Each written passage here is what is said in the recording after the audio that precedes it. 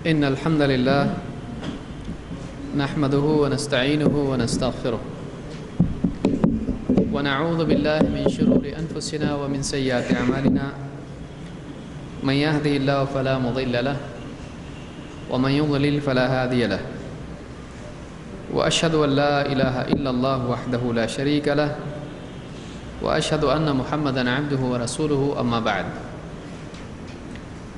فإن خير الحديث كتاب الله وخير الهدي هدي محمد صلى الله عليه وسلم وشر الأمور محدثاتها وكل محدثة بدعة وكل بدعة ضلالة وكل ضلالة في النار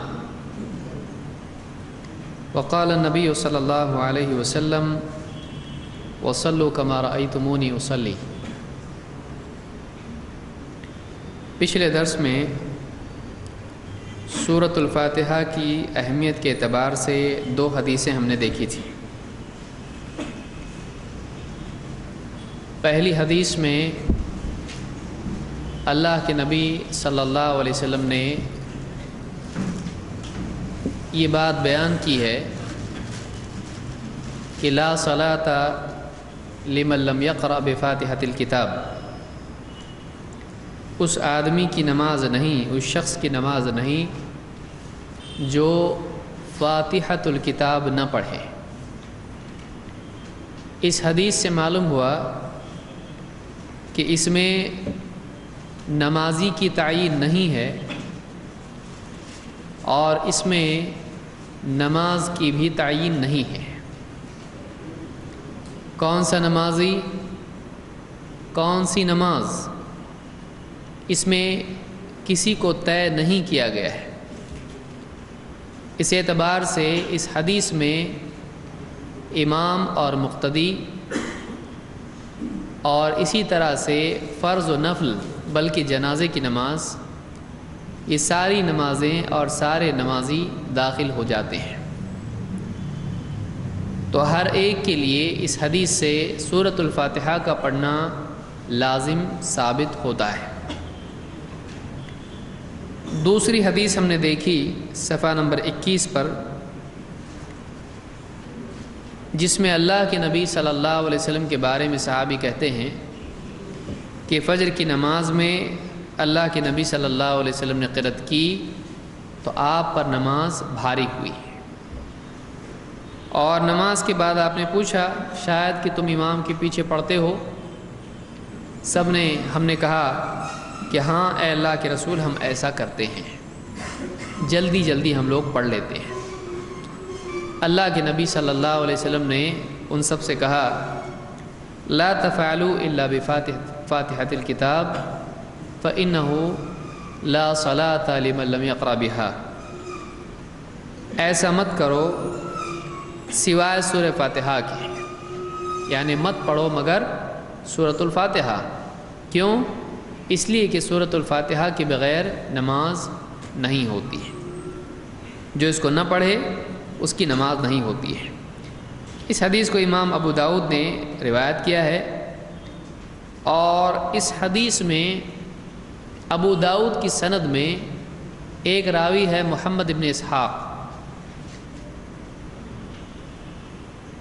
اور ابن اسحاق مدلس ہیں۔ مدلس اس کو کہتے ہیں جو اپنے دور کے راوی سے روایت کرے جس سے اس نے وہ روایت نہیں سنی، بعض اوقات اس کی ملاقات بھی اس سے ہوتی ہے لیکن وہ روایت اس نے نہیں سنی ہوتی ہے، یا اس زمانے میں وہ ہوتا ہے اور ملنے کا امکان ہوتا ہے لیکن اس سے روایت اس نے وہ سنی نہیں ہوتی ہے، اور اس کو بیان کرتا ہے عن کے الفاظ سے یا قال کے الفاظ سے یا انا کے ساتھ میں، جس کو معنعن یا مؤنن کہتے ہیں۔ یہ اصول حدیث میں ہم ذکر کر چکے ہیں، اس لیے یہاں اس کا اعادہ میں نہیں کروں گا، جس کو یہ نہیں معلوم وہ وہاں جا کے دیکھیں۔ تو لیکن اس وجہ سے بعض لوگ کہتے ہیں کہ دیکھیے یہ جو حدیث ہے، یہ حدیث کیا ہے، مدلس کی روایت کو کیا کہتے ہیں؟ ضعیف۔ مدلس کی روایت کو کیا کہتے ہیں؟ اس کا نام ہے ایک مدلس. مدلس کی روایت کو کیا کہتے ہیں؟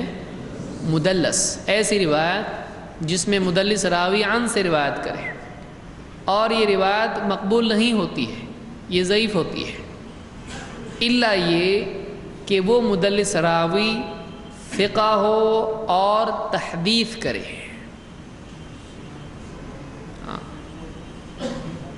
یہ بات یاد رکھیں آپ کہ یہ جو ہمارا سلسلہ چل رہا ہے نماز کے سلسلے میں، یا اس کے بعد بھی جو دروس ہمارے چلیں گے، اس میں اکثر اوقات آپ کو ایسا لگے گا کہ یہ سارے مشکل الفاظ سننے میں آ رہے ہیں، یہ سمجھا کیوں نہیں رہے ہیں؟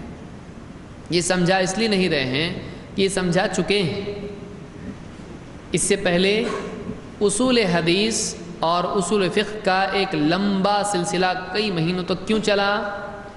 اسی لیے کہ جب یہ درس شروع ہوگا تو بڑی تکلیف ہوگی اگر وہ باتیں معلوم نہیں ہوں گی.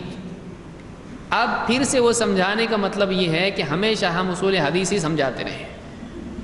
تو آپ لوگ یہ بات یاد رکھیں، جن کو یہ الفاظ نہیں سمجھ میں آ رہے ہیں وہ پہلی فرصت میں اصول حدیث تقریباً اس کے کتنے درس ہیں؟ 19 درس ہیں، 19. اور اصول فقہ اس کے بھی تقریباً 13-14 درس ہیں. یہ درس آپ سنیں، اس میں آپ کو تفصیل سے حدیث کس کو کہتے ہیں، صحیح کیا ہے، ضعیف کیا ہے، منقطع کس کو کہتے ہیں، معضل کیا ہے، یہ کیا ہے، جب وہ آپ سنیں گے تو آپ کی سمجھ میں وہ آئے گا. ورنہ ہر مرتبہ جب بھی یہ مسئلہ ہے پھر پورا وہ سمجھاؤ، یہ بہت مشکل چیز ہے، اس میں وقت بہت چلا جائے گا، اور جن کو آتا ہے ان کو لگے گا پھر وہی آیا ٹاپک. تو یہ روایت محمد ابن اسحاق سے مروی ہے، اور محمد ابن اسحاق مدلس راوی ہیں اور یہاں پر عن سے روایت کیا ہے. لیکن یہی روایت امام الدارقطنی نے بھی روایت کی ہے اپنی سنن میں، اور اس میں یہ بات بیان کی ہے کہ محمد ابن اسحاق نے حدثنی کا لفظ استعمال کیا ہے. حدثنی مکحول، مجھ سے مکحول نے روایت بیان کی ہے. لہٰذا یہ تفصیل ہم مزید بعد میں دیکھیں گے جب ہم قرأت خلف الامام کے موضوع پر مستقل ایک درس لیں گے، سلسلہ اس میں لیں گے، تاکہ سارے دلائل کا اس میں احصاء ہو سکے، جمع کیا جا سکے ان کو. بہرحال اس حدیث سے معلوم ہوا کہ اللہ کے نبی صلی اللہ علیہ وسلم نے امام کے پیچھے بھی پڑھنے کا حکم دیا. اب یہاں پر پچھلی مرتبہ ایک سوال پیدا ہوا تھا کہ نماز نہیں ہوتی ہے، کیا نہیں ہوتی ہے یا پھر اس کے کمال میں کمی آ جاتی ہے؟ تو ہمارا اس میں موقف یہ ہے کہ نماز صحیح نہیں ہوتی ہے. ویسے ہی جیسے آدمی رکوع یا سجدہ چھوڑ دے تو نماز نہیں ہوتی ہے، تو سورہ فاتحہ بھی اگر آدمی عمدن چھوڑ دے تو اس کی نماز نہیں ہوتی ہے. اگر وہ قائل ہو اس کی فرضیت کا اور اس کو معلوم ہو اس کی دلیل اور پھر بھی نہ پڑھے، اس کی نماز نہیں ہوتی ہے. ہاں اگر کسی کا اجتہاد اس کو اس طرف لے جائے کہ امام کے پیچھے سورہ فاتحہ نہیں پڑھنا چاہیے، تو اس کے بارے میں ہم یہ فیصلہ نہیں کرتے ہیں کہ اس کی نماز نہیں ہوتی ہے. یہ فرق یاد رکھیں. تو اللہ کے رسول صلی اللہ علیہ وسلم نے فرمایا ایک حدیث میں، من صلی صلاۃ لم یقرأ فیہا بأم القرآن فہی خداج فہی خداج فہی خداج ثلاثا غیر تمام. اللہ کے نبی صلی اللہ علیہ وسلم نے فرمایا کہ جس نے کوئی نماز پڑھی، صلی صلاۃ، یہاں پر صلا نکرہ ہے، یعنی کون سی نماز ذکر ہے یہاں پر؟ تو یہاں مطلب یہ ہوگا جو کوئی شخص کوئی نماز پڑھے. تو اس سے معلوم ہوتا ہے کوئی بھی نماز، جو کوئی شخص کوئی نماز پڑھے. من صلی صلاۃ لم یقرأ فیہا بأم القرآن، جس میں وہ ام القرآن نہ پڑھے. ام القرآن کون سی صورت ہے؟ تو فاتحۃ الکتاب بھی اس کا نام ہے اور ام القرآن بھی اس کا نام ہے. فہی خداج، تو ایسی نماز خداج ہے. 3 بار آپ نے کہا ایسی نماز خداج ہے، ایسی نماز خداج ہے، ایسی نماز خداج ہے. غیر تمام، یہ نماز پوری نہیں ہے. یہ نماز پوری نہیں ہے۔ اس حدیث سے علماء نے دلیل لی ہے کہ خداج سے معلوم ہوا کہ وہ نماز نہیں ہوتی ہے، کیونکہ خداج کا استعمال عربی زبان میں اونٹ کے ایسے بچے کے لیے ہوتا ہے جو پیدا ہو اور ساقط ہو اور پیدا ہوتے ہی مر جائے۔ تو کہیں گے یہ دبلا پتلا پیدا ہوا، لیکن ٹھیک ہے زندہ تو ہے۔ خداج کیسے بچے کے لیے استعمال ہوتا ہے؟ اونٹ کے پیدا ہوتے ہی ساقط، جس کو آپ کہتے ہیں، جو وقت سے پہلے بچہ پیدا ہو جائے اور وہ ساقط ہو جائے، تو فہی خداج، ایسی نماز بھی کیا ہے؟ خداج ہے، یعنی وہ ساقط بچے کی طرح ہے جو بچتا نہیں ہے، یعنی وہ نماز بھی بچی نہیں۔ فہی خداج غیر تمام۔ فقیل علی ابی ہریرہ، ابو ہریرہ رضی اللہ تعالیٰ سے کہا گیا، انا نکون وراء الامام، آپ کہہ رہے ہیں کہ بھائی امام کے پیچھے پڑھنا، آدمی کو نماز میں سورہ فاتحہ پڑھنا چاہیے، نہیں تو وہ خداج ہے، تو ہم تو امام کے پیچھے بھی ہوتے ہیں، تو کیا امام کے پیچھے بھی پڑھیں؟ تو اس وقت میں کیا کریں؟ انا نکون وراء الامام، کبھی ہم امام کے پیچھے بھی تو ہوتے ہیں۔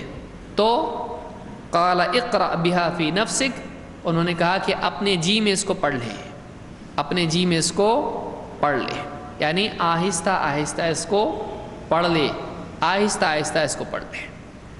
تو اس حدیث سے، جس کو امام مسلم نے روایت کیا، اور اس میں انہوں نے اس کے بعد لمبی حدیث بیان کی کہ اللہ تعالیٰ فرماتا ہے کہ سورہ فاتحہ نماز کو میں نے آدھا آدھا بانٹ لیا ہے۔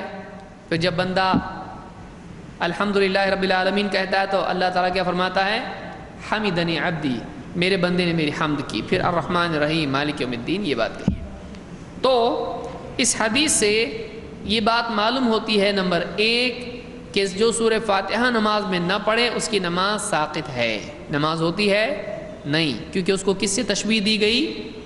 ایسا بچہ جو وقت سے پہلے پیدا ہو کے ختم ہو جائے تو بچتا نہیں، ایسی نماز بھی باقی نہیں رہتی ہے۔ دو، ابو ہریرہ رضی اللہ تعالیٰ عنہ جو اس حدیث کے راوی ہیں،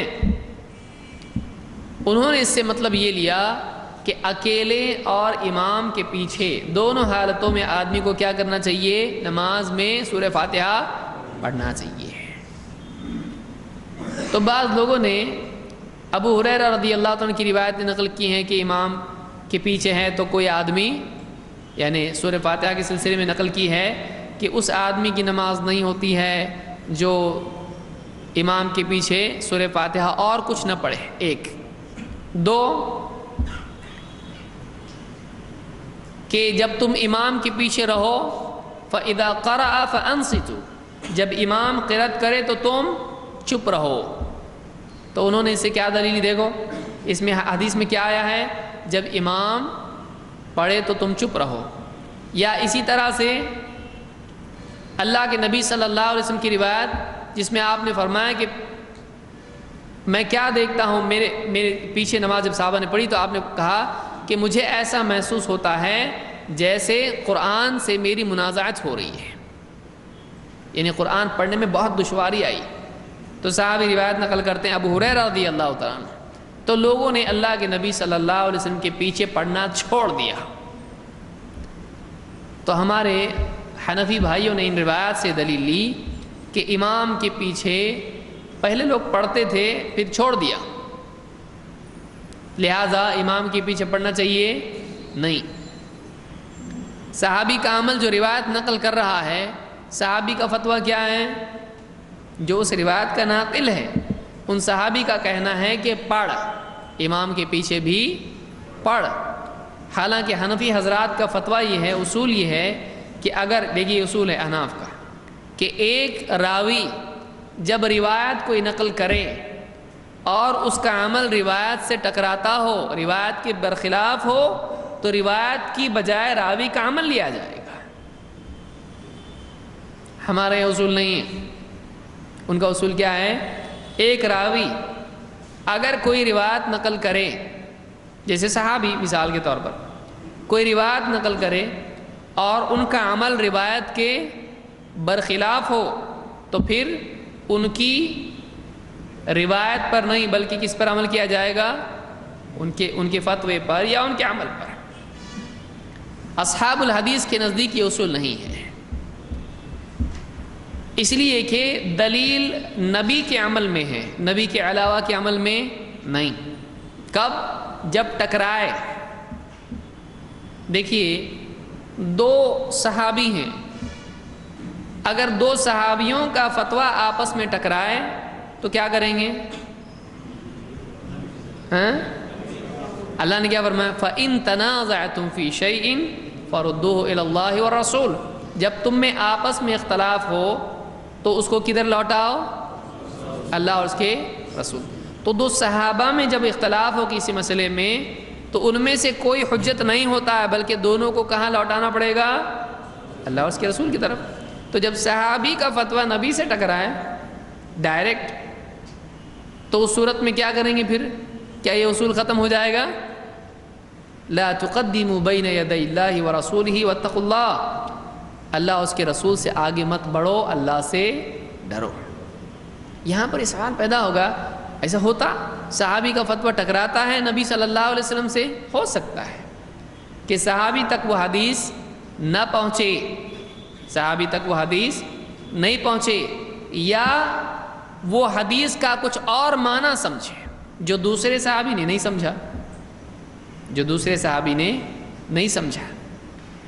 تو ایک صحابی کے عمل کو نبی کے قول یا عمل سے جمع اگر کرنے کا امکان ہے تو ہم جمع کرتے ہیں، لیکن اگر جمع کرنے کا امکان نہیں ہے تو ایسی صورت میں جب ترجیح دو میں سے ایک کو دینا ہے تو کس کو لیتے ہیں؟ لَقَدْ كَانَ لَكُمْ فِي رَسُولِ اللَّهِ أُسْوَةٌ حَسَنَةٌ۔ لیکن احناف کے نزدیک بعض صورتوں میں یہ اصول بیان کیا جاتا ہے کہ نہیں، دیکھیں راوی جب روایت بیان کر رہا ہے تو اس کو صحیح معلوم ہے کہ واقعی وہ کیا بیان کر رہا ہے، تو اس کے عمل کو لیں گے، اس کی روایت کو نہیں۔ حالانکہ حجت کس میں ہے؟ روایت میں یا عمل میں ہے؟ حجت نبی کے عمل میں ہے۔ لَقَدْ كَانَ لَكُمْ فِي رَسُولِ اللَّهِ أُسْوَةٌ حَسَنَةٌ، یہ اصول وہ یہاں بھول جاتے ہیں، کیونکہ راوی ابو ہریرہ رضی اللہ تعالیٰ عنہ ہے، اور وہ روایت جو نقل کرتے ہیں امام کے پیچھے نہیں پڑھنے کی، وہ کس کی ہیں؟ ابو ہریرہ رضی اللہ تعالیٰ عنہ کی، جو وہ سمجھ رہے ہیں کہ نہیں پڑھنا چاہیے۔ اب یہاں پر ان کی وہ روایتیں ہیں جن میں امام کے پیچھے نہیں پڑھنے کا ذکر ہے، اور عمل ان کا کیا ہے اور فتویٰ کیا ہے؟ پڑھ۔ آپ کہتے ہیں نہیں وہ روایت ہے۔ تو ایک اصول اگر آدمی کا نہ ہو تو مصیبت کھڑی ہو جاتی ہے۔ یہی اصول جو کہتے ہیں کہ خلفائے راشدین کی ماننا چاہیے، اس وقت بھول جاتے ہیں جب حج تمتع کا موقع آتا ہے۔ حج تمتع ابو بکر صدیق رضی اللہ تعالیٰ عنہ اور عمر فاروق رضی اللہ تعالیٰ عنہ ان دونوں سے منع کرتے تھے، لیکن آج ساری امت حج تمتع کرتی کہ نہیں کرتی ہے؟ کرتی ہے۔ حنفی بھی کرتے ہیں اور سلفی بھی کرتے ہیں، لیکن ابو بکر صدیق رضی اللہ تعالیٰ عنہ اور عمر فاروق رضی اللہ تعالیٰ عنہ دونوں حج تمتع سے منع کرتے تھے۔ اسی لیے ایک آدمی آ کے جب عبداللہ ابن عمر سے اس نے کہا کہ آپ کے والد صاحب تو منع کرتے تھے اس سے، انہوں نے کہا اچھا دیکھیے صحابہ کیسے تھے، عبداللہ ابن عمر، ان کو نہیں معلوم حضرت عمر کون ہے؟ ان کو معلوم ہے نا، ہم سے زیادہ پہچانتے تھے، وہ ملے تھے، وہ بیٹے تھے ان کے۔ انہوں نے کہا کہ آپ کے والد صاحب تو منع کرتے تھے حج تمتع سے۔ انہوں نے کہا اچھا، انہوں نے کہا اگر یہ بتاؤ کہ اللہ کے نبی صلی اللہ علیہ وسلم نے حج ایسا تمتع کیا ہو اور میرے باپ نے منع کیا ہو تو کس کی طریقے پر چلے گا؟ کس کا طریقہ زیادہ چلنے کے لائق ہے؟ انہوں نے کہا نبی کا۔ کہا ہاں پھر نبی نے کیا ہے حج تمتع، ایگزیکٹلی ایسا انہوں نے کہا۔ انہوں نے کہا اگر میرے باپ نے اس سے منع کیا ہو اور اللہ کے نبی صلی اللہ علیہ وسلم نے کیا ہو تو میرے باپ کی پیروی کرے گا یا نبی کی؟ تو کہا نبی کی۔ کہا ہاں نبی نے کیا ہے اس کا، اللہ کے رسول صلی اللہ، یہ اصول ہے صحابہ کا، اور یہ اصول ہے حضرت عمر رضی اللہ تعالیٰ عنہ کا۔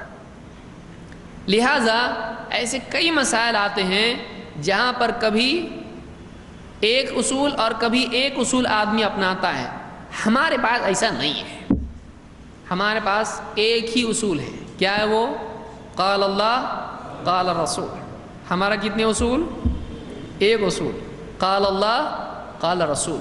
ہاں اس کے فہم کے لیے ہم صحابہ کی طرف رجوع کرتے ہیں، لیکن اگر جمع نہ ہو نبی صلی اللہ علیہ وسلم کے ساتھ صحابی کا عمل یا قول تو ہم ترجیح کس کو دیتے ہیں؟ کہ ترجیح دو میں سے کو لینے کا موقع آئے، اگر دونوں جمع نہیں ہو رہے ہیں تو پھر کس کو ترجیح دیتے ہیں؟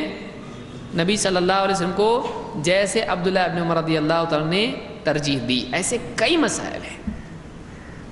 مثال کے طور پر حج کہہ رہا ہوں، قربانی کے وجوب کے قائل ہیں حنفی حضرات، لیکن امام البیہقی نے روایت کیا ہے کہ ابو بکر صدیق رضی اللہ تعالیٰ عنہ اور عمر رضی اللہ تعالیٰ عنہ کبھی قربانی ترک بھی کر دیا کرتے تھے۔ آپ بتائیے کہ اب ان کا ترک کرنا کیا معنی رکھتا ہے؟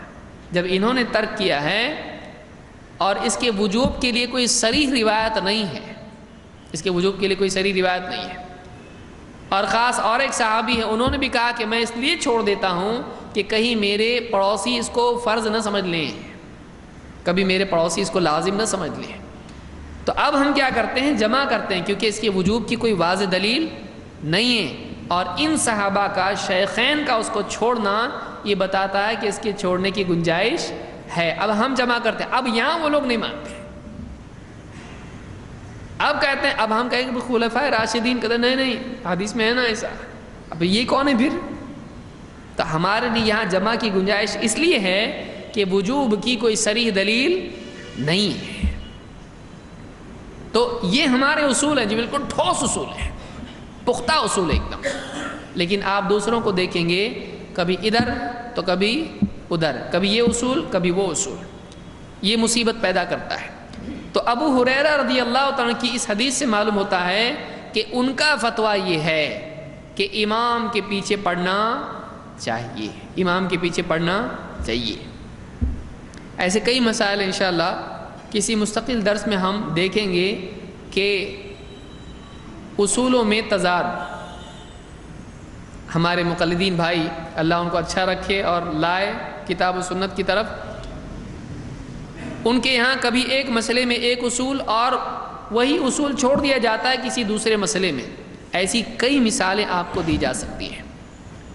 جو خلفائے راشدین کی بات کرتے ہیں پھر خود ہی چھوڑ دیتے ہیں، کبھی صحابی کے قول کی بات کرتے ہیں وہی چھوڑ دیتے ہیں، کبھی ترجیح کی بات کرتے ہیں کہ راوی اور روایت میں ترجیح کس کو دی جائے گی، خود ہی چھوڑ دیتے ہیں۔ ایسے کئی مسائل ہیں، اور ابھی آگے ایک اور مسئلہ آئے گا خلفائے راشدین کا۔ مثلا یزید ابن شریک سے روایت ہے، کہتے ہیں کہ انہ سأل عمر عن القراءة خلف الامام، یزید ابن شریک نے عمر رضی اللہ تعالیٰ عنہ سے پوچھا امام کے پیچھے پڑھنا کہ نہیں پڑھنا، امام کے پیچھے قرأت کا مسئلہ کیا ہے؟ سأل عمر عن القراءة خلف الامام، امام کے پیچھے قرأت کے بارے میں پوچھا۔ فقال اقرأ بفاتحة الكتاب، حضرت عمر نے کیا کہا؟ فاتحة الکتاب پڑھو، یعنی کون سی سورت؟ سورہ فاتحہ۔ امام کے پیچھے کیا پڑھنا کہ نہیں پڑھنا؟ کہا پڑھو، کیا پڑھو؟ سورہ فاتحہ پڑھو۔ قلت وإن كنت أنت، کہا اگر آپ ہوں تب بھی؟ اس زمانے میں امام کون تھا؟ خنجر مارا گیا جب تھے کون امام؟ حضرت عمر امام تھے، خلیفہ تھے مسلمانوں کے۔ تو کہا کہ ان كنت انت، آپ ہوں تب بھی، یعنی آپ امامت کر رہے ہیں تب بھی؟ قال وإن كنت انا، کہا کہ ہاں جب میں رہوں تب بھی۔ قلت وإن جہرت، کہا کہ آپ اگر جہری قرأت کریں تب بھی؟ قال وإن جہرت، کہا کہ ہاں اگر میں جہری قرأت کروں تب بھی۔ کس کا فتویٰ یہ؟ کون تھے وہ؟ خلیفہ تھے کہ نہیں تھے؟ اب خلفائے راشدین غائب، جو لوگ ہم سے کہتے ہیں یہ لوگ خلفائے راشدین کو نہیں مانتے ہیں، تو قرأت خلف الامام کے مسئلے میں کہاں چلے جاتے ہیں خلفائے راشدین؟ کیا حضرت عمر سے ثابت نہیں ہے؟ اور اس سے زیادہ کلیئر کوئی آدمی کیا پوچھ سکتا ہے؟ امام کے پیچھے پڑھنا کہ نہیں پڑھنا؟ پڑھنا۔ آپ امام ہو تو بھی پڑھنا، زور سے پڑھیں تو بھی پڑھنا۔ اس سے زیادہ کچھ بول سکتا ہے آدمی؟ اس سے زیادہ کلیئر ہو سکتا ہے؟ اس کو امام الدارقطنی اور بیہقی نے روایت کیا اور یہ صحیح روایت ہے، لیکن اس کے باوجود ہمارے وہ بھائی جو امام کے پیچھے قرأت نہیں کرتے ہیں، اب کیا مانتے ہیں؟ اس کو مانتے کہ نہیں مانتے؟ آپ دیکھیے دلیل ہے۔ اب خلفائے راشدین کا کیا؟ امام البیہقی نے بطور استدلال اس کو ذکر کیا ہے، بطور دلیل اس کو ذکر کیا ہے۔ تو خلیفہ راشد عمر بن خطاب رضی اللہ تعالیٰ کی یہ حدیث بعینہ ہی میچ ہوتی ہے کس حدیث سے؟ جو ہم نے اس سے پہلے پڑھی کہ اللہ کے نبی صلی اللہ علیہ وسلم نے فجر کی نماز پڑھائی اور آپ نے کہا اس کے بعد میں آخر میں کیا کہا؟ امام کے پیچھے پڑھتے ہو؟ کہا کہ ہاں جلدی جلدی پڑھتے ہیں۔ آپ نے کیا کہا؟ لا تفعلوا الا بفاتحۃ الکتاب، مت پڑھو سوائے فاتحہ کے۔ تو یہاں بھی حضرت عمر کیا کہہ رہے ہیں؟ ہاں پڑھو لیکن کیا پڑھو؟ سورہ فاتحہ۔ تو ہمارا کہنا یہ ہے کہ وہ تمام روایات جن میں نہ پڑھنے کی بات ہے، مت پڑھو مت پڑھو مت پڑھو، امام کی قرأت کافی ہے، امام کے پیچھے مت پڑھو، کون سی قرأت ہے؟ دیکھیے احادیث کو جمع کیا جاتا ہے، یہ نہیں کہ ٹکرا دیں ان کو آپس میں، کہ یہاں پر احادیث کو جمع کیا جائے گا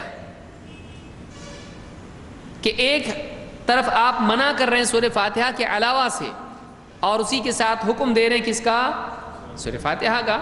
تو اب ایک حدیث میں جب دونوں باتیں آ گئیں تو پھر کسی اکیلی حدیث میں اگر یہ بات آ رہی کہ مت پڑھو امام کے پیچھے، تو آپ کیا لیں گے اس سے؟ کہ یہاں پہ تو حکم دیے فاتحہ کا، وہاں پہ منع کر دیے لیں گے، یا یہ کریں گے کہ یہاں پہ فاتحہ کا حکم دے کے باقی سے منع کیے، لہٰذا جن روایات میں پڑھنے سے منع کیا گیا ہے وہ ساری کی ساری اس کے تابع کی جائیں گی تاکہ تطبیق ہو جائے۔ سمجھ میں آ رہی بات؟ تو یہ ساری تطبیق اس طرح سے کی جاتی ہے۔ لیکن اب ایک آدمی کو حدیثوں کا جمع کرنا نہیں آتا ہو، اب وہ کیا کرے گا؟ حدیثوں کو بکھیر دے گا یا ٹکرائے گا آپس میں؟ تو اس حدیث سے بات معلوم ہوئی کہ عمر بن خطاب رضی اللہ تعالیٰ عنہ بھی اس بات کے قائل تھے کہ امام کے پیچھے سری اور جہری دونوں نمازوں میں قرأت مقتدی کرے گا۔ ٹھیک، آئیے آگے بڑھتے ہیں۔ اس میں ایک اور روایت ہے جس سے امام البیہقی نے استدلال کیا ہے، میں اشارہ اس کی طرف دے رہا ہوں، بعد میں تفصیل سے ہم انشاءاللہ جب مستقل اس پر ہمارا کورس ہوگا، ایک ایک مسئلے پہ ہم انشاءاللہ کورس لیں گے بعد میں، رفع الیدین، آمین بالجہر، امام کے پیچھے قرأت وغیرہ وغیرہ، سارے دلائل کیا ہیں تاکہ اس سے ہم سیکھیں کہ استنباط کیسے کرتے ہیں، تطبیق کیسے کرتے ہیں، ترجیح کیسے دیتے ہیں، صحت اور ضعف کا کیا معاملہ ہوتا ہے، وہ ساری تفصیل اس میں ہم دیکھیں گے انشاءاللہ۔ لیکن یہاں پر اشارتاً کہہ رہا ہوں کہ اللہ کے نبی صلی اللہ علیہ وسلم کے پیچھے ایک صحابی نماز پڑھ رہے تھے اور نماز میں انہوں نے بات کی، نماز میں بول پڑے، کسی نے چھینکا الحمدللہ کہا تو انہوں نے کہا یرحمک اللہ۔ نماز کے بعد اللہ کے نبی صلی اللہ علیہ وسلم نے ان سے پوچھا نماز میں کس نے بات کی؟ انہوں نے کہا ہاں فلاں فلاں میں نے کی بات۔ آپ نے ان کو جب سمجھایا تو آپ نے ان سے کہا کہ نماز میں دنیا کی باتیں نہیں کرتے ہیں، بلکہ نماز میں اللہ کا ذکر کرتے ہیں، تسبیح کہتے ہیں اور قرآن کی تلاوت یا قرأت کرتے ہیں۔ وہ نماز کون سی تھی؟ امام کے پیچھے تھی یا انفرادی؟ اور آپ وہاں پر کیا بتا رہے ہیں کیا کیا کرنا ہے نماز میں؟ اس میں قرأت ہے، تو ایک مقتدی کو آپ کیا سکھا رہے ہیں؟ قرأت کرنا ہے سکھا رہے کہ نہیں کرنا سکھا رہے؟ یاد ہوگی نا آپ کو جو حدیث میں بول پڑے تھے صحابی، تو اس میں آپ نے نہیں بتایا دیکھو ہاں لیکن مقتدی کے لیے نہیں، ہاں آپ بتا رہے ہیں نہیں، بلکہ آپ ایک مقتدی کو جب نماز کے بارے میں بتا رہے ہیں، جب وہ بات کر رہا ہے اس کو بات سے منع کر رہے ہیں، تو یہ بتا رہے ہیں کہ نماز میں کیا پڑھا جاتا ہے؟ قرآن پڑھا جاتا ہے۔ تو آپ آج کوئی امام ایسا کرے گا جو اس بات کا قائل نہیں کہ امام کے پیچھے سورہ فاتحہ یا کچھ بھی پڑھنا نہیں ہے، وہ کبھی نہیں بولے گا۔ لیکن آپ صلی اللہ علیہ وسلم کی اس حدیث سے اشارہ ملتا ہے کہ امام کے پیچھے بھی پڑھا جائے گا، امام کے پیچھے بھی قرآن پڑھا جائے گا، تبھی آپ صلی اللہ علیہ وسلم نے یہ بات کہی۔ تو اس سے بھی امام البیہقی نے استدلال کیا اس بات پر۔ بہرحال اب ہم آگے بڑھتے ہیں۔ جب سورۃ الفاتحہ آدمی پڑھ لے تو اس کے بعد میں اس نے کیا کرنا ہے؟ آمین کہنا ہے۔ آمین سرن کہے گا یا جہرن؟ جہرن کہے گا۔ آئیے دیکھتے ہیں اس بارے میں کیا دلیل ہے۔ وائل ابن حجر رضی اللہ عنہ فرماتے ہیں کان رسول اللہ صلی اللہ علیہ وسلم اذا قرأ ولا الضالین قال آمین ورفع بها صوته، اللہ کے رسول صلی اللہ علیہ وسلم جب نماز میں ولا الضالین پڑھتے تو آمین کہتے، ورفع بها صوته، اور اپنی آواز کو اونچا کرتے ہیں، اپنی آواز کو ورفع بها صوته، اپنی آواز اونچی کرتے ہیں۔ تو اس یعنی بلند آواز سے آمین کہتے یا اپنی آواز کو اونچا کرتے ہیں۔ تو اس میں ایک بات یہ معلوم ہوئی کہ ولا الضالین کے بعد آدمی کو چاہیے کہ کیا کہیں؟ تو جب آپ ولا الضالین پڑھتے ہیں تو آپ کیا کرتے؟ آمین کہتے، اور آمین کیسے کہتے؟ تو صحابی ولا الضالین بھی سن رہے ہیں اور اس کے بعد کیا کر رہے ہیں؟ آمین بھی سن رہے ہیں۔ تو معلوم ہے کہ جب زور سے آمین ضالین کہا جائے گا تو آمین بھی کیسے ہوگا؟ جب جہرن ضالین ہوگا تو جہرن آمین بھی ہوگا۔ اس حدیث سے ثابت ہوتا ہے، امام ابو داؤد، ترمذی، نسائی اور ابن ماجہ نے اس کو روایت کیا ہے۔ اب اس میں مقتدی اور امام کا ذکر ہے۔ جب اللہ کے نبی صلی اللہ علیہ وسلم ایسا پڑھتے تھے تو آپ ایسا پڑھتے تھے، تو ضالین بھی انہوں نے سنا اور آمین بھی انہوں نے سنا۔ تو جہری ولا الضالین کے بعد جہرن کیا ہے؟ آمین ہے۔ لیکن دیکھتے ہیں کہ امام اور مقتدی کا کیا معاملہ ہے۔ ہو سکتا ہے کوئی کہے رات میں تہجد میں پڑھتے تھے ایسا، اس میں امام اور مقتدی کا معاملہ نہیں ہے، ٹھیک ہے۔ دیکھتے ہیں امام کے بارے میں کیا ہے۔ وائل ابن حجر رضی اللہ عنہ کہتے ہیں انہ صلی خلف رسول اللہ صلی اللہ علیہ وسلم، کہ انہوں نے اللہ کے رسول صلی اللہ علیہ وسلم کے پیچھے نماز پڑھی۔ یہ کیسی نماز ہوئی؟ جماعت والی۔ فجہر بآمین، تو اللہ کے رسول صلی اللہ علیہ وسلم نے جہر سے آمین کہی۔ جہر کے معنی کیا ہے اور سر کے معنی کیا ہے؟ آواز پست کرنا۔ اس کو امام ابو داؤد نے روایت کیا ہے اور یہ حدیث حسن صحیح ہے۔ تو اس حدیث سے یہ بات معلوم ہوئی کہ امام آمین کہے گا، اور امام کیسے آمین کہے گا؟ جہر کے ساتھ آمین کہے گا۔ چلیے امام کا تو معلوم ہوا، اب آئیے مقتدی کا دیکھتے ہیں۔ اللہ کے رسول صلی اللہ علیہ وسلم فرماتے ہیں اذا امن الامام فامنوا، جب امام آمین کہے تو تم بھی آمین کہو۔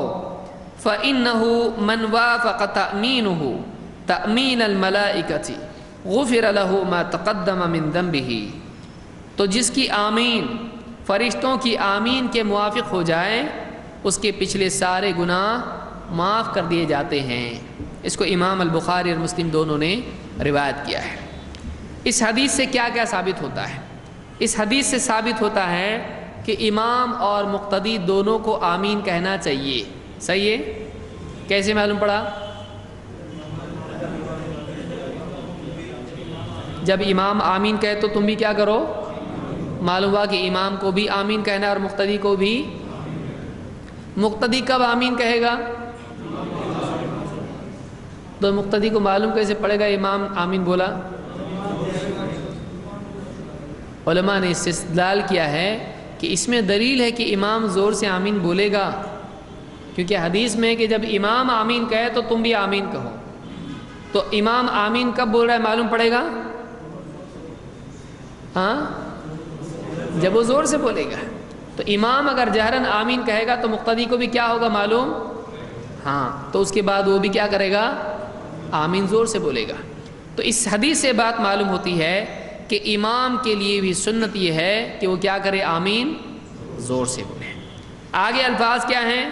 فَإِنَّهُ مَنْ وَافَقَ تَأْمِينُهُ تَأْمِينَ الْمَلَائِكَةِ غُفِرَ لَهُ مَا تَقَدَّمَ مِنْ ذَنْبِهِ، تو جس کی آمین فرشتوں کی آمین کے موافق ہو جائے تو اس کے پچھلے سارے گناہ معاف ہو جاتے ہیں۔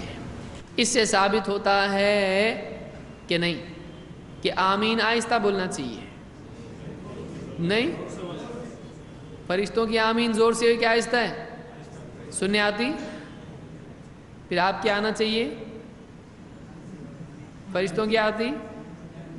پھر آپ کی کیوں آتی؟ یہ اجتہاد ہے ان لوگوں کا جن کا کہنا ہے اجتہاد کا دروازہ بند ہو گیا ہے. دروازہ بند کر رہے ہیں دوسروں کے لیے اور کھول رہے ہیں کس کے لیے؟ تو ہم ایسے لوگوں سے کہیں کہ آپ جیسے لوگوں کے لیے بند ہوا ہے کہ جو اہل نہیں ہے اجتہاد کا وہ اجتہاد نہ کرے، کیونکہ ایسا آدمی اجتہاد کرے گا تو حدیثوں سے الٹے سیدھے ایسے مطلب نکالنا شروع کرے گا. تو جو آدمی اللہ نے اس کو تفقہ نہیں دیا ہے اور سلف کے فہم سے آزاد ہو کر عقل چلانے کی کوشش کر رہا ہے، تو ایسا آدمی ایسے میدان میں عقل نہ چلائے. یہ ایسے ہی جیسے ندی میں آدمی سائیکل چلا رہا ہے، کیا ہوگا اس کا کام؟ تمام ہے کہ نہیں؟ سائیکل چلانے کے لیے پانی ہو زمین ہو، پانی زمین پہ ہے کہ نہیں؟ چلاؤ چلاؤ اور جاؤ، الوداع. تو ایسا اجتہاد کرنے لگے لوگ. ایک مولوی صاحب کہنے لگے اور آخر میں کیا بول رہے ہیں؟ امام البخاری کو اگر یہ حدیث سے پتہ چلتا، سمجھ میں آتا کہ اس سے یہ مسئلہ نکلتا ہے تو اس حدیث کو ذکر نہیں کرتے. یعنی امام بخاری کو بھی اپنی طرح سمجھتے ہیں. امام بخاری کو بھی کیا امام البخاری پر تہمت نہیں کہ میرے خلاف جاری تو نہیں بیان کروں گا؟ یہ آپ لوگ کرتے ہیں بھائی، امام بخاری کیوں کریں گے؟ امام البخاری آپ کی طرح ہیں کہ حدیثیں چھپاتے ہیں.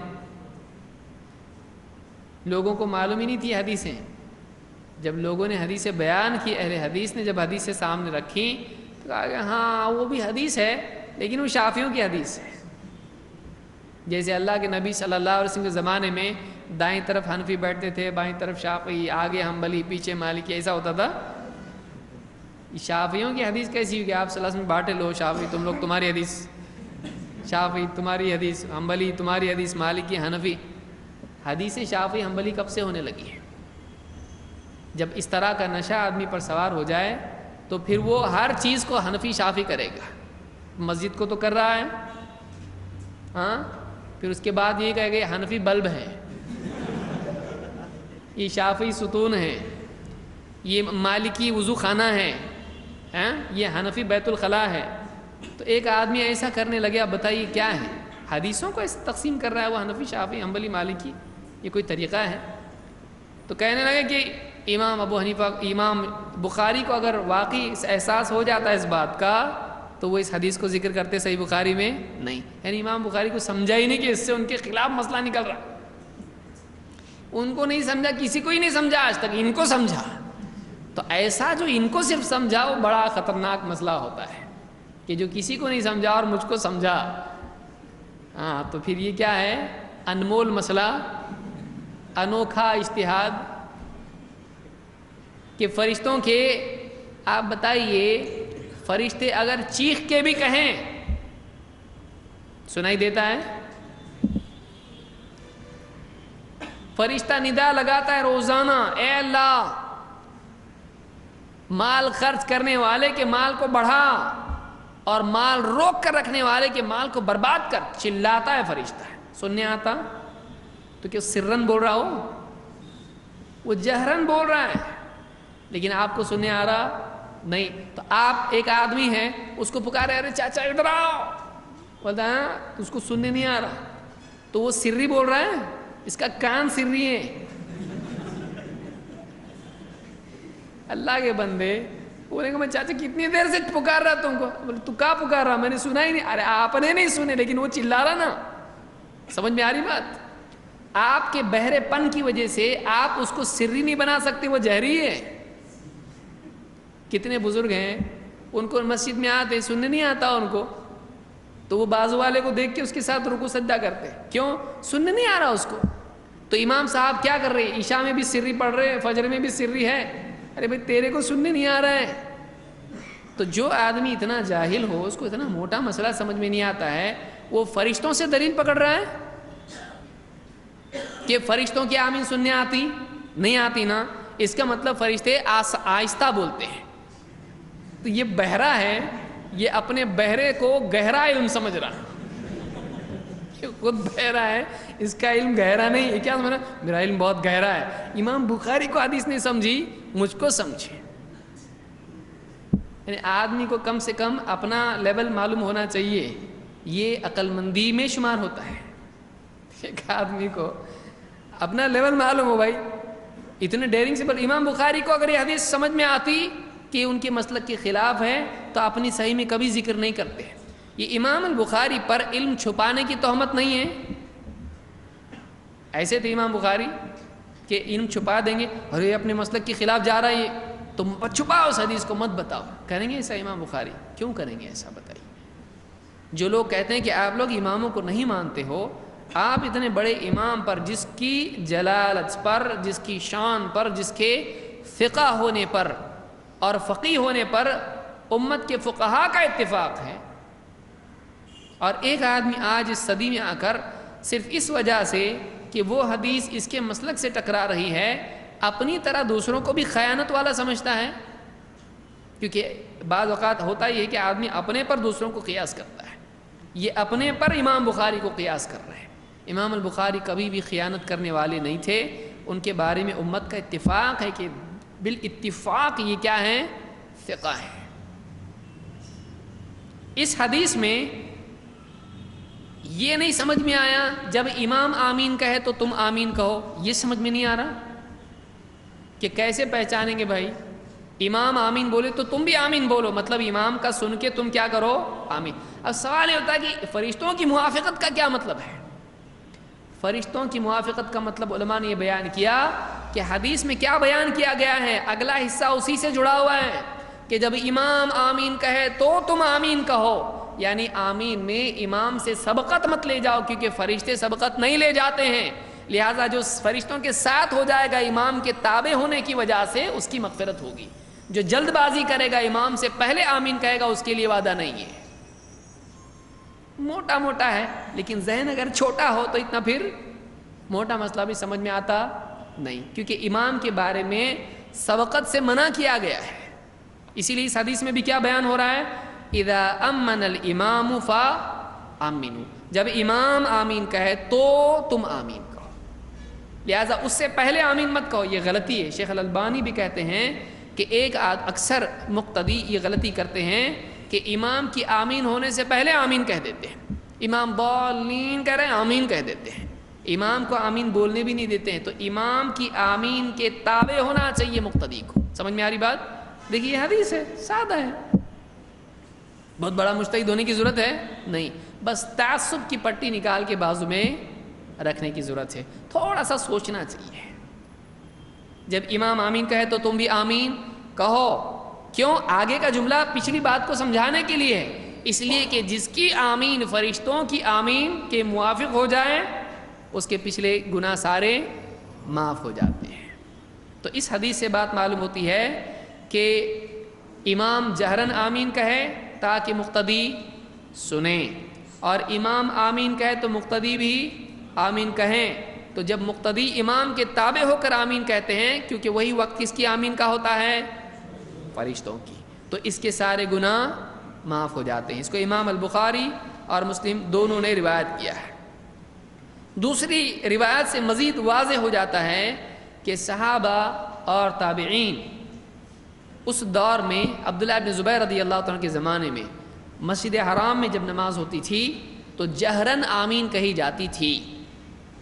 ابن جریج کہتے ہیں میں نے عطا رحمۃ اللہ علیہ سے پوچھا، عطا تابعی ہیں، عطا ابن ابی رباح یہ تابعی ہیں.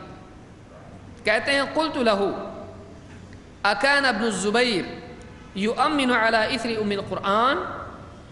عبداللہ ابن زبیر کون ہیں؟ یہ صحابی ہیں، اللہ کے نبی صلی اللہ علیہ وسلم کے صحابی ہیں. اکان ابن الزبیر یؤمن علی اثر ام القرآن. میں نے پوچھا کیا عبداللہ ابن زبیر رضی اللہ تعالیٰ عنہ ام القرآن سورہ فاتحہ کا ایک نام یہ بھی ہے؟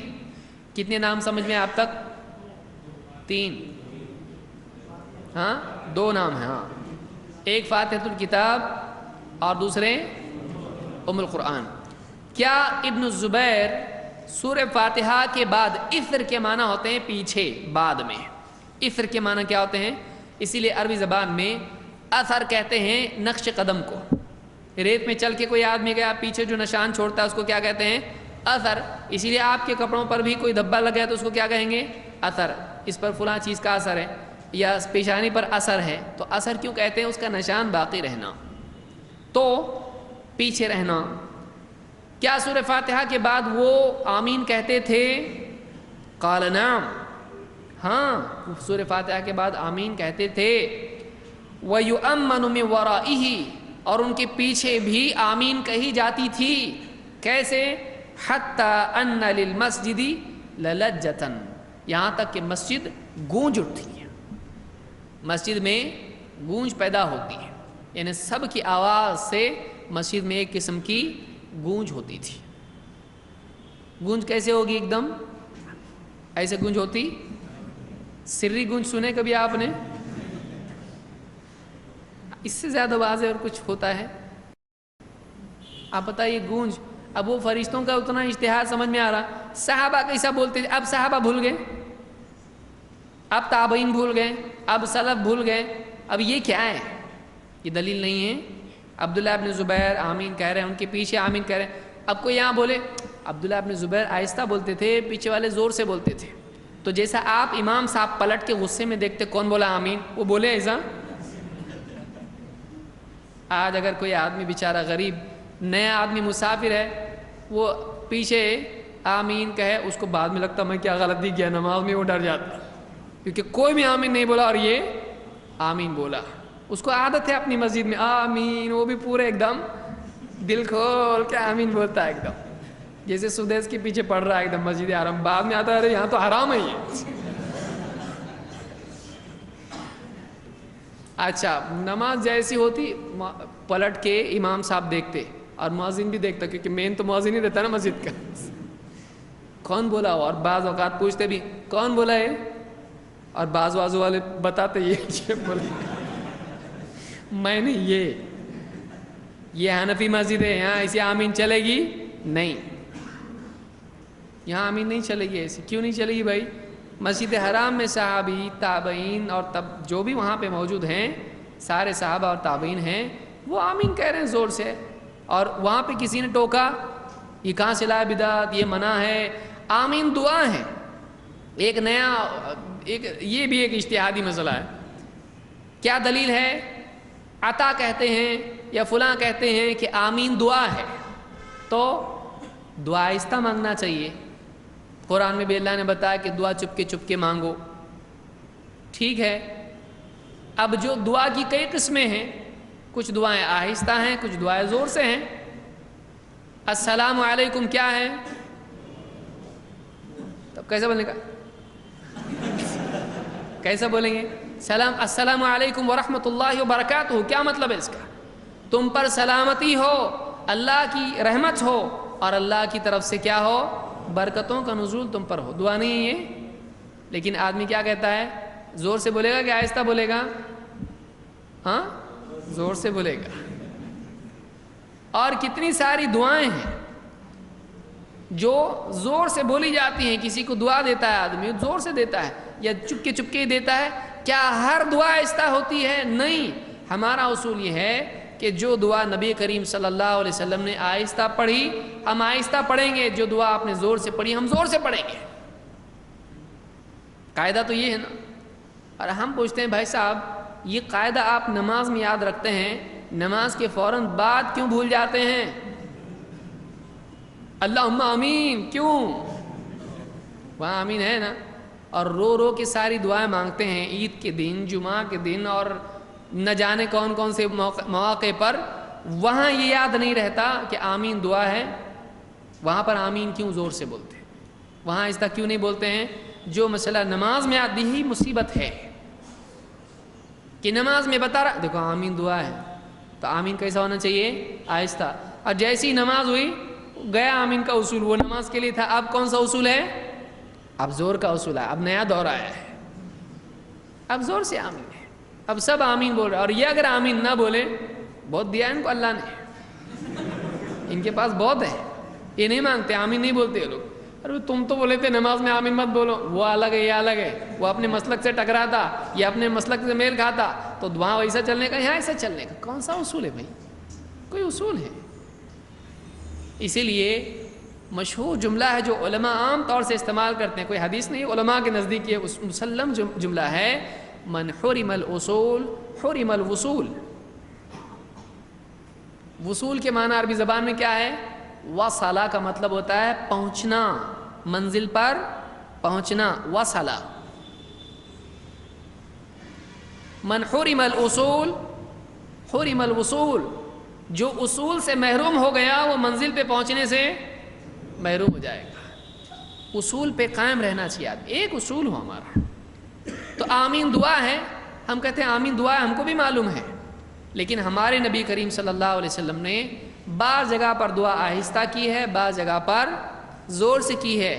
تو اگر آمین دعا ہے لیکن نبی کریم صلی اللہ علیہ وسلم نے جہرن آمین کہا ہے تو ہم بھی کیا کریں گے؟ اور یہ بتائیے سورہ فاتحہ کیا ہے؟ دعا نہیں ہے؟ تو ہے۔ اسی لیے سورہ فاتحہ کے ختم پہ کیا بولتے ہیں؟ آمین۔ تو سورہ فاتحہ میں کیا کریں امام صاحب؟ الحمدللہ رب العالمین الرحمن الرحیم مالک یوم الدین ایاک نعبد و ایاک نستعین اہدنا الصراط المستقیم کیا ہے؟ اے اللہ ہم کو صراط مستقیم کی ہدایت دے۔ ہم کہیں یہ دعا ہے، اس کو بھی آہستہ پڑھنا چاہیے۔ کون بتایا؟ اجتہاد ہے ہمارا یہ، کیونکہ آمین کیا ہے؟ دعا ہے۔ لیکن نہیں یہ زور سے ہی پڑھنے کا ہے، مطلب دعائیں نا، لیکن یہ زور سے ثابت ہے، تو پھر آمین کیسا ثابت ہے؟ اب یہاں پر آپ ثابت ہے کر رہے ہیں، تو آمین کے سلسلے میں اگر ہم کہیں کہ یہ ثابت ہے زور سے، تو آپ کیوں نہیں مانتے اس کو؟ تو یہ اتنی بڑی مصیبت ہے کہ اس کو کیسا حل کیا جائے خود ان کو سمجھ میں آتا نہیں۔ ہم یہ کہتے ہیں آمین دعا ہے، ٹھیک، نبی کریم صلی اللہ علیہ وسلم نے آمین زور سے بولے نا، ہاں دعا ہے پھر بھی زور سے بولنے کا۔ ارے قرآن میں تو ہے نا کہ دعا آہستہ کرو، ٹھیک ہے، قرآن تجھ کو مجھ کو زیادہ سمجھتا ہے کہ ہمارے نبی کو، اور ان صحابہ کو نہیں سمجھتا ہے قرآن جن کو نبی کریم صلی اللہ علیہ وسلم نے قرآن پڑھایا۔ تو نبی زور سے پڑھ رہے ہیں، صحابہ زور سے پڑھ رہے ہیں، تجھ کو کون سا قرآن ملا؟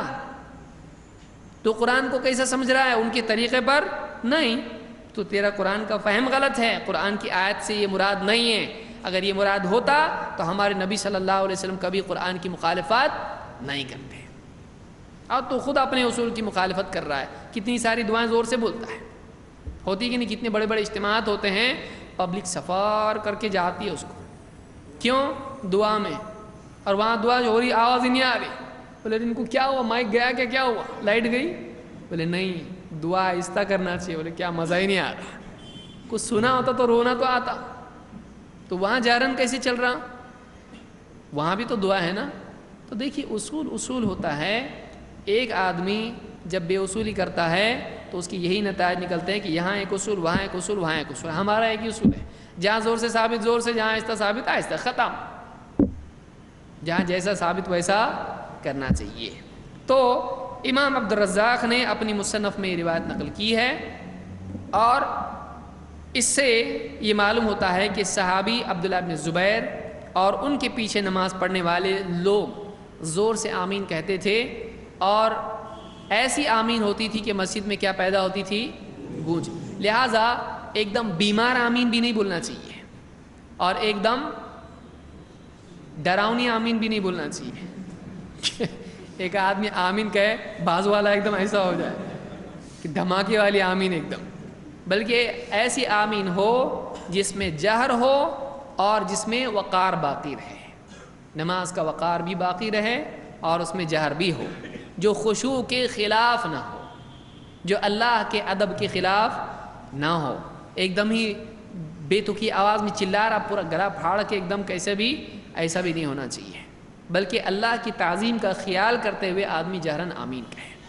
آپ حرم میں دیکھیں کیسی آمین آپ کو سنائی دیتی ہے۔ وہ ہمارے دلیل نہیں، لیکن ایک مثال ہے، وہ دلیل نہیں ہے، مثال ہے کہ وہاں پر آمین ہوتی ہے، لیکن آمین گونجتی بھی ہے اور شور شرابے والی نہیں ہوتی، سب چلا رہے پوری طاقت سے، ایک دم اس کے بعد پھیپڑے ایک دم سوکھ رہے، آمین بولا اب اگلی آمین تک ریچارج ہونا پڑے گا، ایسا ہے نہیں۔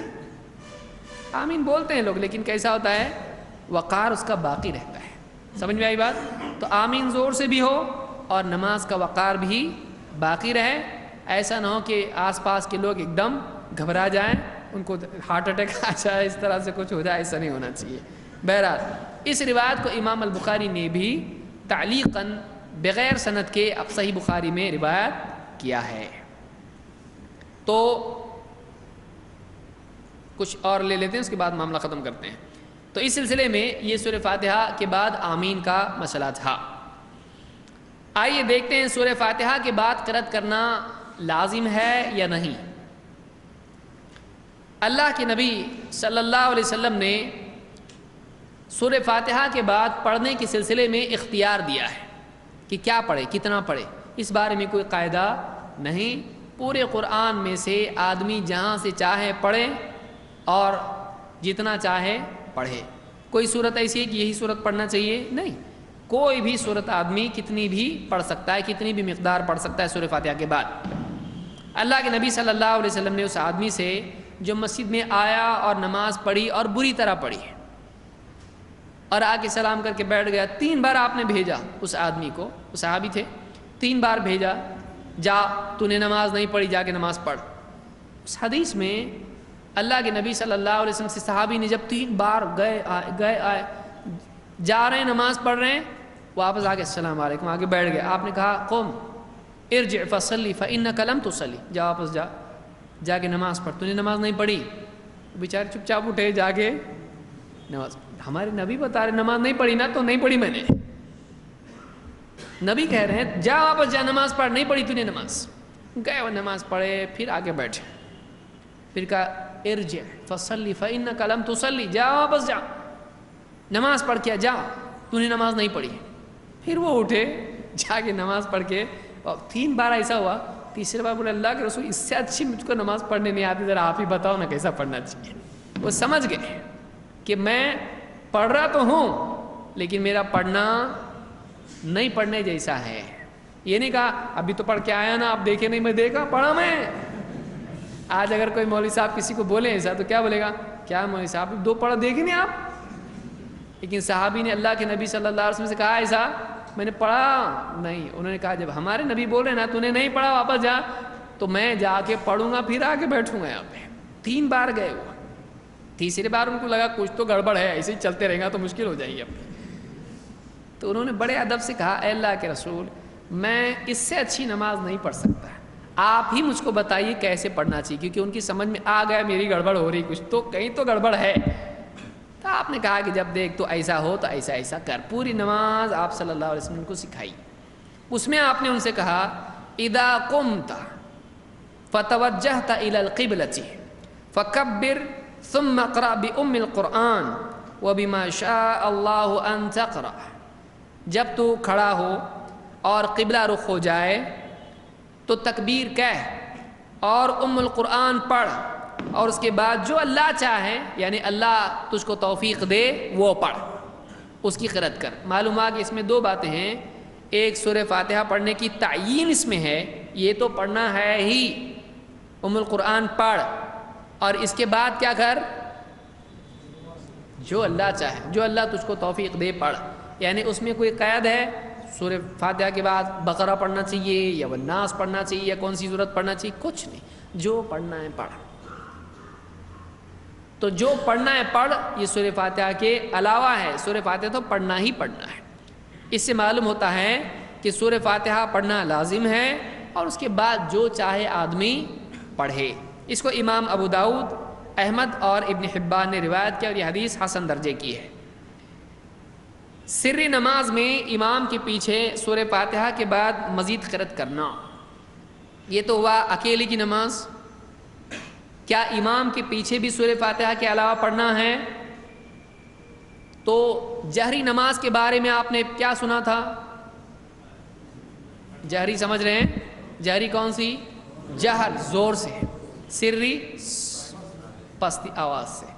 تو جو جہری ہے فجر، مغرب اور عشاء، سری کون سی ہے؟ ظہر اور عصر۔ ہاں، ظہر اور عصر، اور کون سی؟ کوئی نہیں ہے۔ تو جو اجالے کی نمازیں ہیں وہ سری ہیں، اور جو اندھیری کی نمازیں ہیں وہ یہ آسان ہے یاد رکھنے کے لیے، ٹھیک ہے؟ جو اجالے کی وہ سری ہیں اور جو اندھیرے کی ہے وہ جہری ہے. لیکن اس میں قاعدہ کب ٹوٹتا ہے؟ جمعہ میں اور عیدین میں. کوئی آدمی کہا ایسا کیوں؟ تو بولے ہمارے نبی سے ایسے ہی ثابت ہے، اس لیے کوئی فلسفہ اس کے لیے گھڑنا مت. اس دن سورج رہتا. بہت سارے لوگ پوچھیں اگر بھائی ایسا کیوں تمہارے اسلام میں، یا بعض لوگ پوچھتے بھی ہیں کہ جہری ایسی جہری کیوں اور سری کیوں؟ تو پھر آدمی کچھ تو بھی بیٹھ کے سوچتا، دھوپ بہت رہتی نا، اس میں آواز نہیں نکلتی، تو ایسے وقت میں آہستہ سے پڑھنا چاہیے. بولے جمعہ میں کیسی آواز نکلتی تمہاری؟ اب بولے ہاں نا، کبھی سوچا ہی نہیں میں نے یہ. تو اپنی طرف سے کوئی فلسفہ گھڑنا چاہیے نہیں. اسی لیے ابو ہریرہ رضی اللہ تعالیٰ نے کہا ہر نماز میں قرأت ہوتی ہے جس میں ہمارے نبی نے سنا کے پڑھا ہم سنا کے پڑھتے، جہاں آہستہ پڑھا ہم آہستہ پڑھتے. سب سے اچھا جواب کیا ہے؟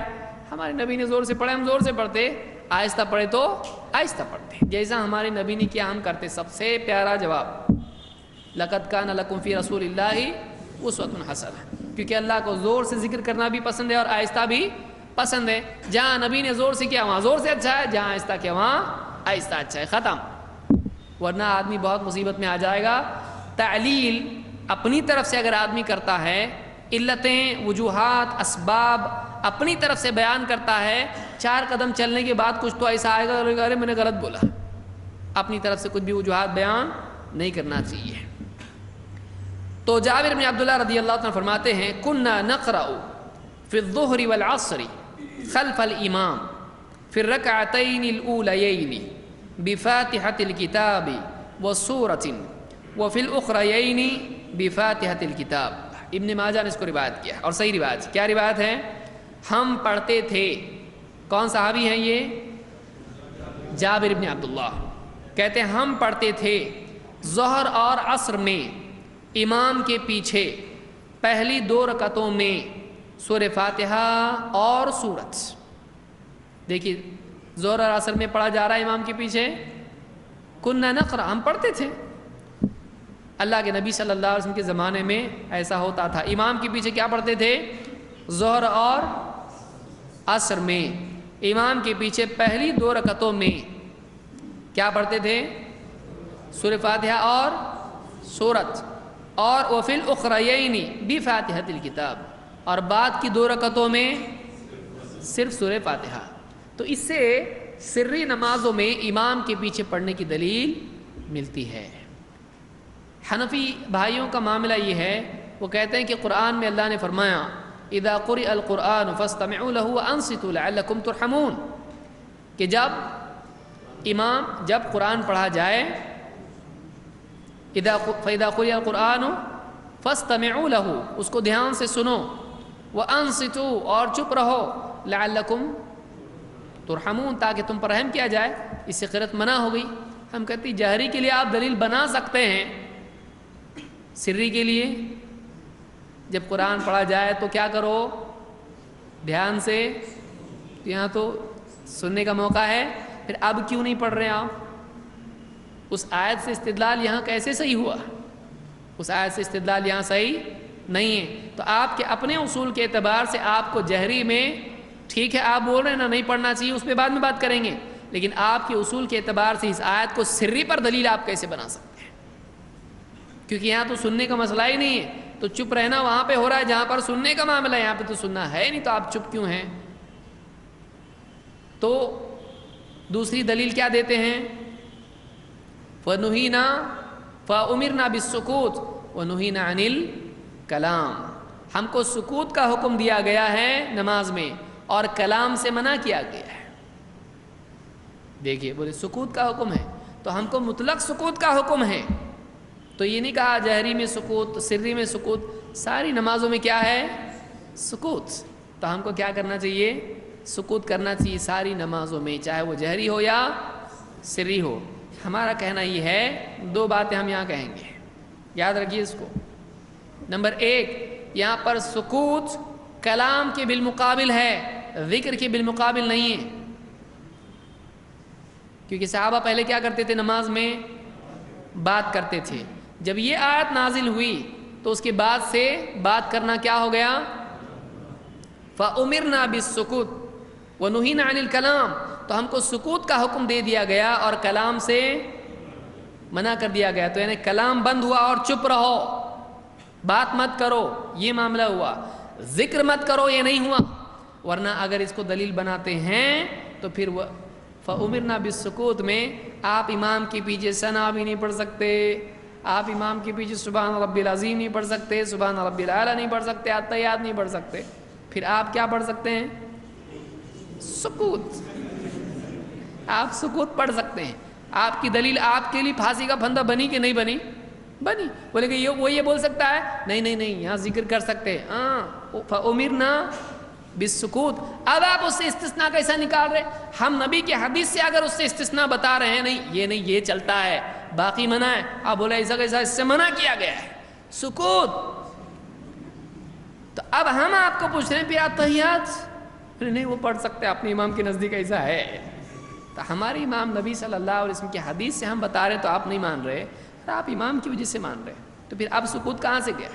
اب سکوت کہاں ہے؟ یہ پہلی بات. نمبر 2، سکوت کے معنی بالکل چپی کے نہیں ہوتے ہیں، آہستہ پڑھنا بھی سکوت ہوتا ہے. جیسے ابو ہریرہ رضی اللہ تعالیٰ نے کہا اے اللہ کے رسول آپ تکبیر اور قرات کے بیچ میں سکوت کرتے ہیں، آپ کیا پڑھتے ہیں؟ اسکاتک بین التکبیر والقراءۃ ما تقول. تو آپ تکبیر اور قرات کے بیچ میں کیا کرتے ہیں؟ اور پھر پوچھ رہے ہیں کیا پڑھتے ہیں؟ تو مطلب وہ سکوت کا مطلب نہیں پڑھنا نہیں ہے، آہستہ پڑھنا ہے، کیونکہ ہم کو سننے نہیں آ رہا آپ پڑھتے کیا ہیں. تو آہستہ پڑھنا اس سے نکلتا ہے، نہ کہ چپ رہنا. سمجھ میں آ رہی بات؟ دیکھیے دلیلیں کتنی صاف ستھری ہوتی ہیں، لیکن آدمی اگر مسلک کا ہیلمٹ پہن کے اس کا چشمہ بھی پہن لے تو آدمی کو کبھی دلیلیں سمجھ میں آئیں گی.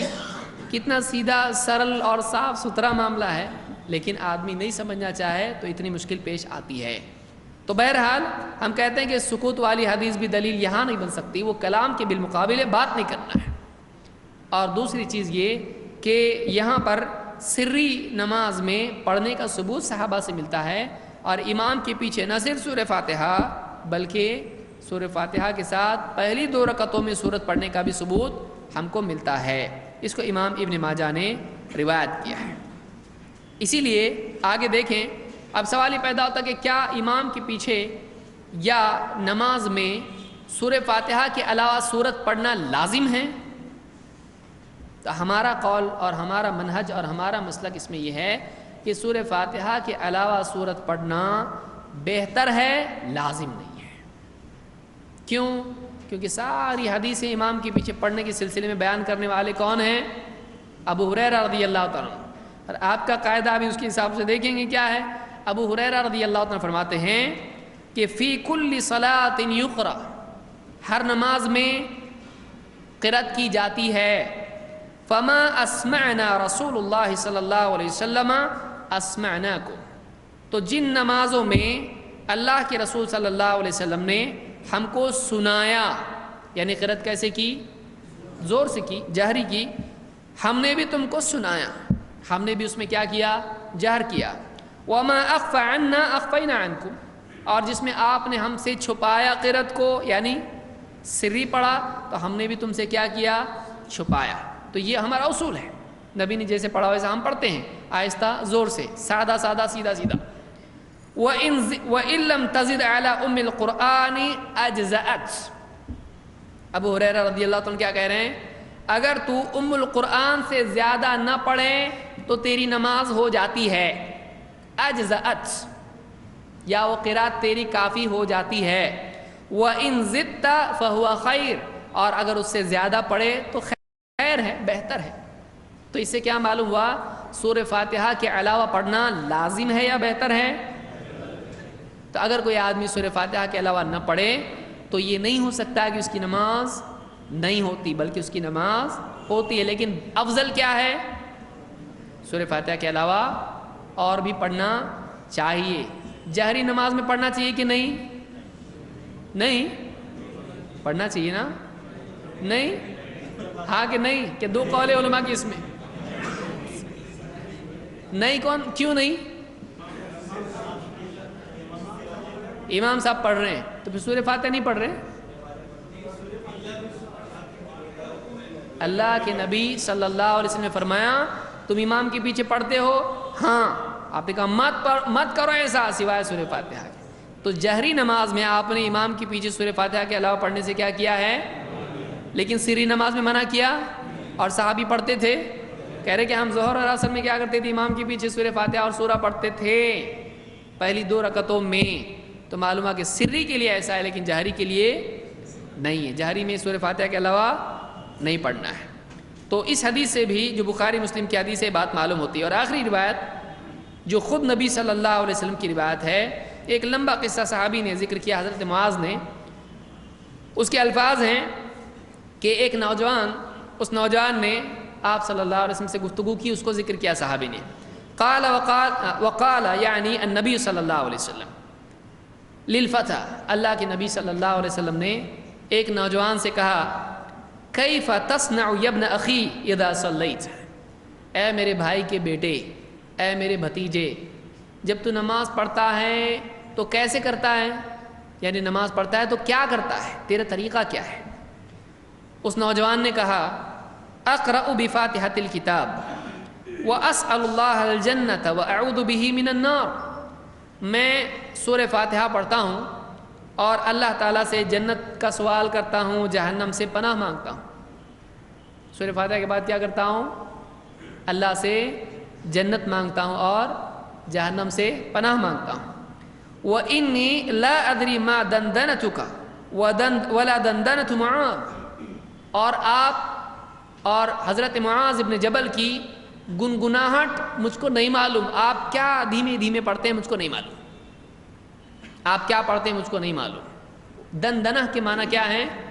ایسی آواز میں پڑھنا کہ جو بھنبھناہٹ یا گنگناہٹ جس کو کہتے ہیں دندنہ، اس کو کہتے ہیں عربی میں. تو مجھے نہیں معلوم کہ آپ کا گنگنانا یا جو آپ کا پڑھنا ہے وہ کیا ہے، آپ کیا پڑھتے ہیں مجھ کو نہیں معلوم. میں تو بس یہ کرتا ہوں سورہ فاتحہ پڑھتا ہوں، اس کے بعد اللہ سے دعا کرتا ہوں، جنت کی دعا کرتا، جہنم سے بچنے کی دعا کرتا، اور مجھے نہیں معلوم آپ دونوں کیا پڑھتے. فقال رسول اللہ صلی اللہ علیہ وسلم انی ومعاذ حول ہاتین او نحو ہذا، آپ نے کہا میں اور معاذ بھی ایسے ہی کرتے ہیں، اسی کے آس پاس ہوتے ہیں، ہمارا بھی عمل اسی کے قریب قریب ہے. اس کو امام ابو داؤد نے روایت کیا اور اس کی سند صحیح ہے. اس سے علماء نے استدلال کیا کہ اگر سورہ فاتحہ کے علاوہ پڑھنا لازم ہوتا تو آپ کیا کہتے؟ ہاں سورہ فاتحہ کے علاوہ سورہ بھی پڑھنا چاہیے، تم صرف دعا کرتے ہو، نہیں چلے گا. سورہ فاتحہ کے بعد سورت پڑھنا کیا ہے؟ لازم ہے. لہٰذا آپ نے اس نوجوان کو سورہ فاتحہ کے علاوہ پڑھنا لازم بتایا نہیں.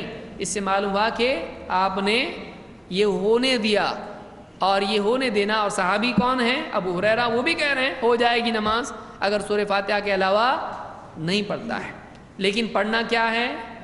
بہتر ہے. تو یہ ساری روایت جمع کرنے سے معلوم ہوتا ہے کہ جہری اور سری میں، انفرادی اور جماعت میں، امام اور مقتدی کو سورہ فاتحہ پڑھنا چاہیے. 1 2 جہری میں صرف سورہ فاتحہ مقتدی کو پڑھنا چاہیے، سری میں پہلی 2 میں سورہ فاتحہ کے ساتھ سورہ اور باقی 2 میں صرف سورہ فاتحہ پڑھنا چاہیے. ٹھیک. اور اگر ایک آدمی صرف سورہ فاتحہ پڑھے اور زیادہ نہ پڑھے، نماز ہو جائے گی لیکن بہتر کیا ہے؟ تو یہ ساری روایت جمع کرنے کے بعد یہ ہمارا سٹینڈ، یہ ہمارا نتیجہ نکلتا ہے. کہیں کوئی جھگڑا ہو رہا ہے اس میں؟ اب جو لوگ کہتے ہیں نہیں پڑھنا چاہیے امام کے پیچھے، بالکل، ان کو اس کا جواب کہاں سے ملے گا؟